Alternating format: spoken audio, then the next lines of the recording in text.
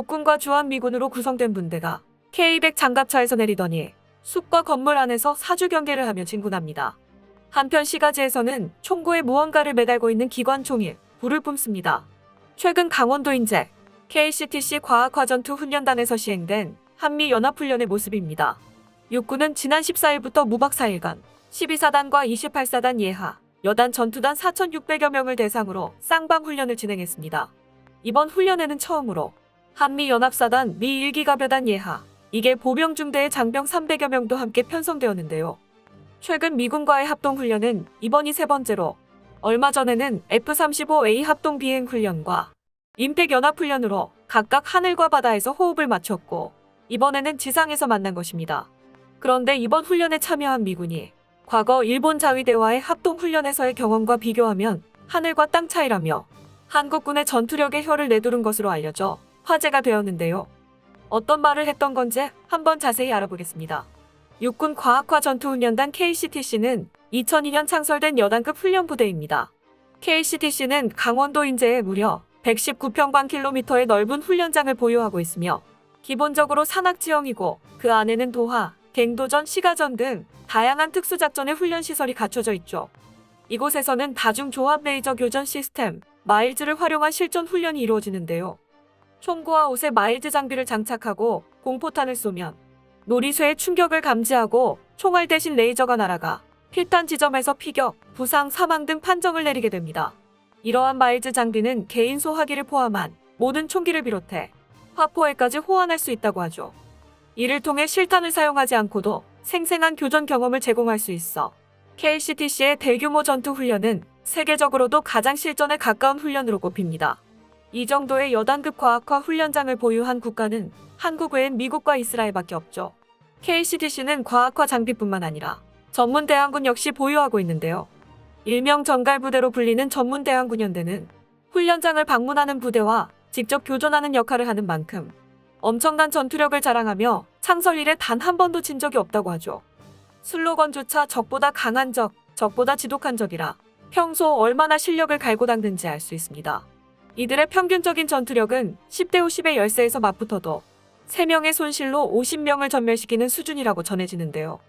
전투 영웅의 칭호를 받으려면 훈련 한 번에 적어도 사살 판정 30명 이상을 기록해야 한다고 합니다. 전방의 부대는 2년 반에 한 번 정도 KCTC를 방문해 실전 훈련을 거치기 때문에 전방에 배속된 사병은 군 생활 동안 한 번쯤은 악명 높은 전문대항군연대를 상대하게 됩니다.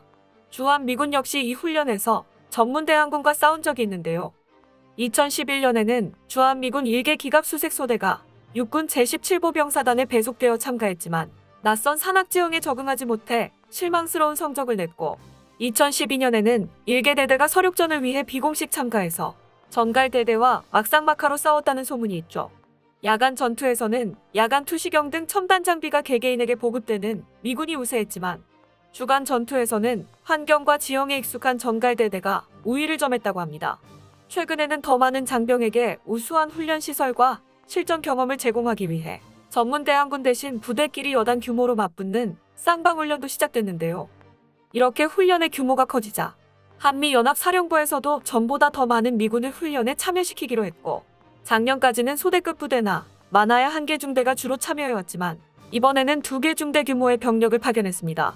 훈련에 참여한 미군 대위 렌달지거스는 날씨와 험준한 산악지형, 가상의 적이 KCTC 훈련 기간 내내 우리를 힘들게 했지만 한미 육군 장병들이 함께 노력하여 승리를 거둘 수 있었다며 덧붙여 한미 양국 간의 작전 효율성을 발전시키기 위해 앞으로도 이런 훈련 기회가 자주 있기를 바란다고 했죠. 한편 한국처럼 미군이 주둔해 있고 연합훈련도 한국 못지않게 자주 하는 나라가 한 군데 더 있는데요. 바로 일본입니다.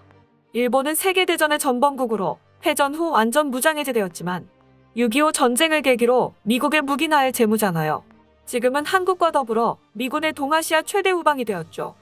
일본은 섬나라기도 하고 태평양 전쟁에서 처절하리만치 탈탈 털린 트라우마 때문에 상당한 해군력을 갖추고 있어 미군과 자위대의 합동훈련은 북중러한테는 한미연합훈련만큼이나 큰 위협입니다. 하지만 이는 어디까지나 무기 성능과 병력을 근거로 한 추산이지 실제 자위대 내부의 분위기는 썩어 들어간다는 것이 중론인데요. 자위대가 당면한 가장 큰 문제는 병력을 확보하는 겁니다. 일본은 한국과 달리 징병제를 시행할 근거가 없어 모병만으로 병력을 충원해야 하는데 2차 대전 시절부터 내려오는 유구한 전통인 구타 및 가혹행위에 사회의 자리를 잡지 못한 나고자나 가는 곳이라는 민간의 인식, 일본 사회 자체의 초고령화 등이 모두 맞물려 2014년 이래 모병 목표를 달성한 부서가 단 한 곳도 없고 자위대원 3명 중 1명은 40대 이상이라는 듣도 보도 못한 노병 군대가 되어버렸기 때문이죠. 이런 상황이다 보니 자위대 병력은 심각한 수준의 질적 하락을 겪고 있어 노병들이 체력 미달로 훈련에 낙오되고 사회적 인식과 가혹행위에 질린 나머지 자살자가 민간 대비 1.5배나 많이 나오는 세계적으로 유명한 당나라 군대가 되어버렸는데요. 이들과 함께 훈련한 주일미군에서도 실전은커녕 훈련조차 제대로 소화하지 못한다. 군기가 매우 해이하고 실전 감각이 전혀 없다. 우방이라고 해도 이들을 믿고 등을 맡길 수는 없다는 등 불신의 목소리가 나오기도 했습니다. 자위대의 문제점은 이뿐만이 아니죠. 해도 너무한 저질 무기가 유명한데요. 평화헌법으로 생긴 갖가지 규제에다 전범국이라 무기 수출도 할 수 없고 방산기업의 뿌리 깊은 정경유착까지 산적해 있는 수많은 문제점으로 인해 일본의 무기는 소총부터 최신의 전차까지 옆에서 보고 있으면 우스울 정도로 총체적 난국입니다. 지난 2015년엔 육상자위대 주력 3세대 전차인 90식 전차가 시승회 도중 돌연 하부에서 대량의 누유가 발생해 국제 망신을 당한 하여라는 탱크 사건이 있었죠.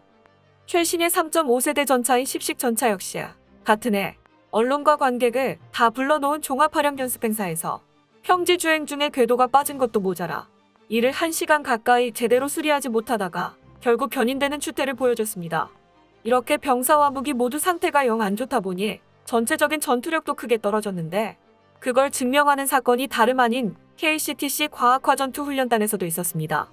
2010년에 육상자위대 소속 위관급 장교 12명이 KCTC를 찾아와 같은 인원의 전갈대대 대항군과 맞붙었는데 고작 30여 분 만에 11명이 사망 판정, 나머지 1명이 부상 판정을 받아 아무것도 못한 채 패배한 것이죠.